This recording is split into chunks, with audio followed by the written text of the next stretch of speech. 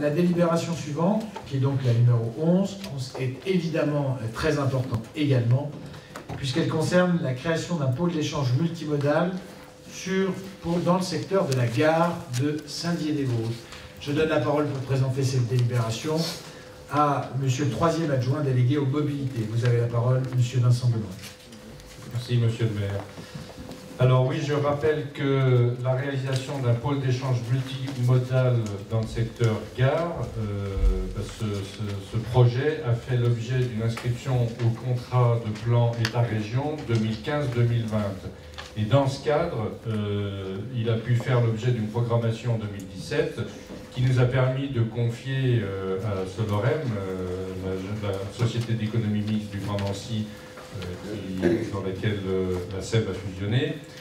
Nous avons pu confier donc à Solorem la rédaction d'un pré-programme, en fait la rédaction d'un document cadre qui a permis, bien sûr, qui doit nous permettre d'élaborer la consultation de la maîtrise d'œuvre, par lequel Solorem a aussi fait un chiffrage au ratio du projet prévu par notre collectivité et a rédigé des pièces de marché de maîtrise d'œuvre urbaine pour que nous puissions ensuite lancer les consultations. Alors je voudrais rappeler l'objectif de ce pôle d'échange multimodal. Comme son nom l'indique, l'objectif général de ce pôle, c'est un réaménagement complet du secteur gare pour constituer un espace de changement de transport qui soit pratique pour le voyageur en transit, accessible à tous les publics et sécurisé pour chaque utilisateur. Alors un changement de transport, ça veut dire quoi? Ça veut dire peut-être venir en vélo à la gare, prendre un bus, ou prendre un TER, ou venir à pied, reprendre un vélo, enfin, etc. Le deuxième objectif général de cette opération, c'est de reconfigurer l'entrée et la sortie du secteur de la gare pour d'abord le mettre en valeur et y intégrer sans doute de nouvelles activités commerciales en relation avec Gares & Connexions, donc SNCF. Voilà le cadre tel qu'il est posé globalement. Bien sûr, ces objectifs principaux se déclinent en objectifs plus particuliers, notamment la réalisation de 150 places de stationnement sur les emprises SNCF, en distinguant les différents types de stationnement, longue durée, courte durée, des pauses minutes. Je rappelle qu'au jour d'aujourd'hui, beaucoup de déodatiens vont prendre le train à Étival, parce qu'ils ont énormément, à la gare d'Étival, Clairefontaine, parce qu'ils ont énormément de difficultés à stationner dans le secteur de la gare de Saint-Dié. Donc la création de ces parkings est vraiment très importante. Un autre objectif est de réaliser des parcs à vélos sécurisés, comme il en existe d'ailleurs dans d'autres gares et qui sont en général assumés par la région. De réaliser une gare routière de manière à pouvoir y accueillir de manière rationnelle aussi bien l'ensemble des bus urbains que l'ensemble des bus TER qui circulent sur ce secteur. J'en profite d'ailleurs à propos de bus urbains pour ouvrir une petite parenthèse et dire que nous faisons évoluer la délégation de service public lors d'une délibération qui aura lieu au conseil communautaire de la fin du mois et que nous étendrons la ligne du dimanche jusqu'au supermarché, à l'arrêt supermarché Cora, qui ouvre maintenant le dimanche. Ça va nous permettre d'avoir une liaison transverse de la ville tous les dimanches matins pour permettre à l'ensemble des populations de tous les quartiers de la ville finalement de traverser et d'aller dans tous les commerces ou zones de loisirs. Voilà, je referme la parenthèse. Dans les modes de transport, il y a bien sûr également la charge et la dépose par les taxis. Donc 3 à 5 emplacements devraient être envisagés. L'ensemble, bien sûr, de l'amélioration de circulation des modes doux, piétons, vélos, j'en ai parlé, avec environ un chiffrage porté à 40 places sécurisées pour les vélos, donc accès et départ de la gare. Améliorer tout ce qui est fluidité de la circulation, quelle qu'elle soit, à proximité de la gare. Améliorer l'urbanité du lieu. Actuellement, on ne peut pas dire que ce soit un secteur qui soit très agréable à regarder. Donc en démolissant partiellement certains bâtiments, en démolissant également la passerelle, partiellement la parcelle de traversée piétonne, reconstituer un hangar de stockage pour SNCF, puisque dans l'ensemble du plan, il est prévu de démolir un bâtiment qui actuellement leur sert de stockage et qu'il faudra bien reconstituer cet espace pour leur service, mais d'une manière plus rationnelle dans l'ensemble du projet. Peut-être on a une ou deux diapos qui donnent une idée de ce pré-projet. Hein. Ce n'est pas le projet définitif, c'est uniquement une ébauche. Ça montre l'emprise des travaux qui sont amenés à être réalisés sur ce secteur. 13 000 m². Voilà, monsieur le maire nous rappelle, 13 000 m², c'est quand même pas rien. Et ensuite constituer une clôture défensive de 5 mètres à 5 mètres du bord de quai. Et d'autres objectifs plus secondaires, mais qui sont non moins importants, c'est de préserver l'avenir du stationnement et les évolutions possibles pour l'attractivité économique autour de la gare. Donc un rôle de réanimation et de réactivation de l'ensemble de ce secteur, ce qui ne déplaira pas, je pense, à l'ensemble des acteurs économiques du secteur. Profiter du plan de déplacement urbain pour améliorer globalement l'ensemble des circulations autour de la gare.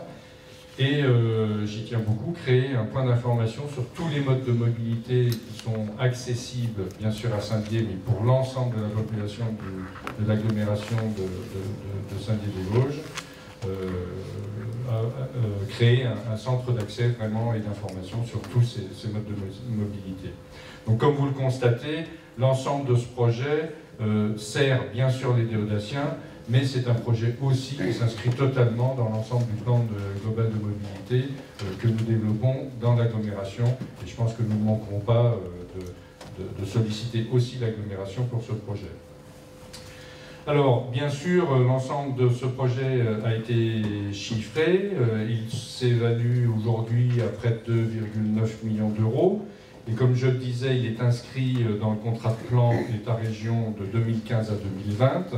Et nous espérons d'ailleurs, au travers de ce plan, réussir à le financer à près de 60%, avec l'aide bien sûr aussi d'autres modes de subvention.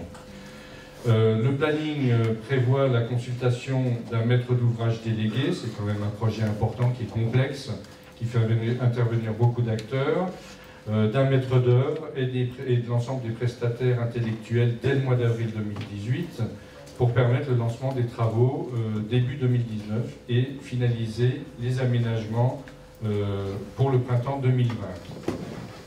La consultation de maîtrise d'œuvre est prévue d'être lancée selon les modalités de la procédure de consultation avec négociation.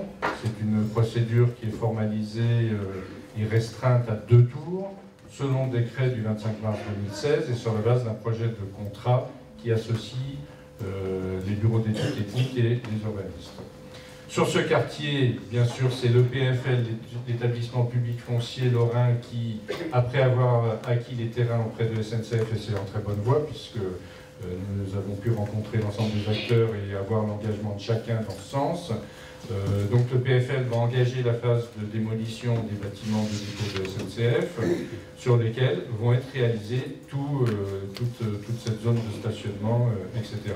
Ces travaux vont démarrer dès cette année. Les travaux de démolition, comme d'habitude avec le PFL, ils sont financés à 80% par le PFL, bien entendu. Donc, sur la base de l'ensemble de ce projet que je viens de vous décrire, il vous est demandé ce soir de vous prononcer pour que nous engagions la consultation de maîtrise d'œuvre selon les modalités que je viens de vous citer, d'engager la consultation d'un mandataire pour permettre de suivre l'ensemble de ces opérations dans le cadre d'une procédure non formalisée, de signer tous les marchés de prestataires intellectuels, que ce soit les bureaux de contrôle, les organismes de sécurité et autres, qui sont afférents à cette opération, et bien sûr de solliciter le maximum de subventions auprès de l'État, auprès de la région Grand Est et du conseil départemental des Vosges pour financer au mieux l'ensemble de ce projet.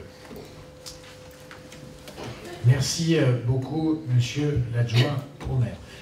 Quelques précisions par rapport à cette présentation très complète que vous avez faite sur un projet évidemment très structurant pour notre ville. D'abord, il s'agit, vous l'avez dit, d'un projet urbain d'ensemble. Ce n'est pas seulement un projet de mobilité, même si quand on parle de mobilité, on parle aussi de développement économique forcément et d'aménagement du territoire. C'est un projet urbain parce que c'est un projet qui est destiné à changer le visage de notre ville en créant des zones de stationnement très importantes, mais aussi des modes d'accès doux rive gauche, à proximité de zones dont nous savons que commercialement elles souffrent aujourd'hui, comme la rue Gambetta ou la rue d'Alsace. C'est donc un projet global et un projet de réaménagement urbain. Deuxième précision, les 150 places que vous évoquez seront gratuites. C'est important de le préciser, puisque dans un certain nombre de municipalités, bien sûr, les parkings sont payants. Troisième point, s'agissant de la passerelle que vous avez évoquée, la destruction de la partie qui aujourd'hui empiète et surplombe la rue de la Meurthe est un préalable à tout projet de réflexion que nous pourrons envisager. Le souhait que nous avons, c'est de pouvoir envisager la réfection de cette passerelle et donc assurer cette liaison d'un côté et de l'autre de la voie ferrée, mais avec un tablier qui serait moins long et qui aboutirait à l'endroit où se trouvent aujourd'hui des bâtiments industriels. Les quelques dizaines de mètres que nous pourrions économiser sur la réfection du tablier nous permettraient vraisemblablement de réduire le coût d'au moins 20 à 30%. C'est la raison pour laquelle, tant que les destructions n'ont pas été faites, on ne peut pas refaire cette passerelle que nous souhaitons faire aboutir donc directement sur les parkings les plus proches de la voie ferrée, de façon à réduire sa longueur.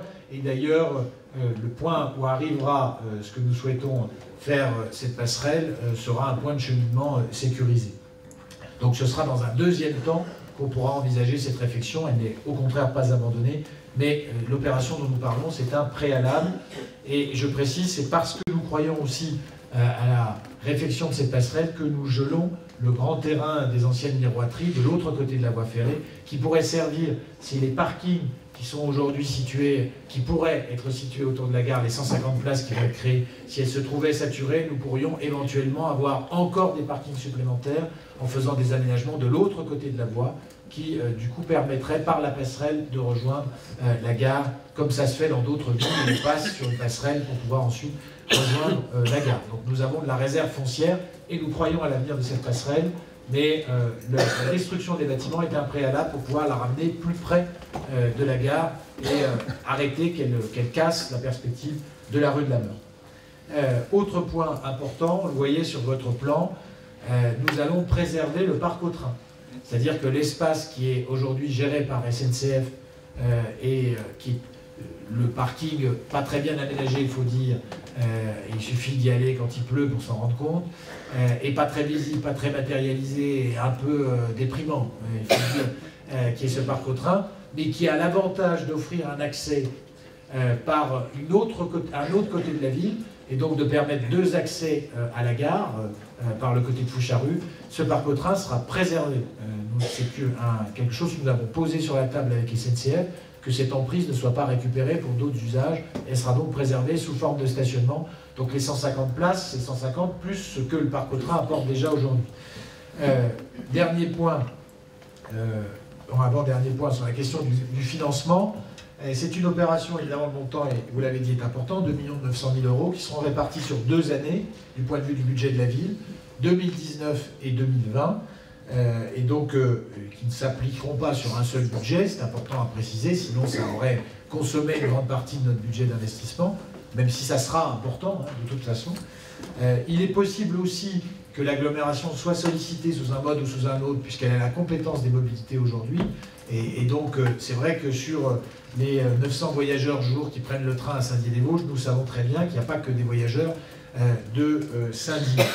Donc c'est une possibilité. Enfin, dernier point sur le financement, vous avez évoqué le contrat de plan État-région, c'est un document cadre qui met autour de la table l'État, les régions et un certain nombre de collectivités, 2015-2020 donc, pour ce contrat de plan État-région, dans lequel l'État s'était engagé à verser 875 000 € pour la réalisation de cette opération.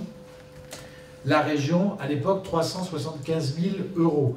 Et je suis en mesure de vous annoncer que la région Grand Est pourra ajouter à ces 375 000 €, 505 000 € pour porter sa participation à 875 000 € sur l'ensemble de l'opération, c'est-à-dire à la hauteur de ce que l'État ferait et s'est engagé à faire sur cette opération. C'est donc 505 000 € de plus pour la ville de Saint-Dié de la part de la région Grand Est. Et puis, nous allons également solliciter le département des Vosges au titre de 2 opérations sur les travaux. Et donc, il se pourrait que nous bénéficions de ce côté-là également d'un soutien sur 2019 ou sur 2020. Voilà, c'est donc une opération qui, globalement, est plutôt bien financée, qui va vraiment changer le visage des déplacements, des mobilités dans ce quartier, mais aussi globalement le visage de ce quartier. C'est un vrai projet, là aussi, de redynamisation de la rive gauche qui se dessine à travers cette évolution du quartier de la Gare. Y a-t-il des demandes de prise de parole sur ce sujet? Il n'y en a pas. Nous pouvons donc passer au vote. Qui est pour? Qui est contre?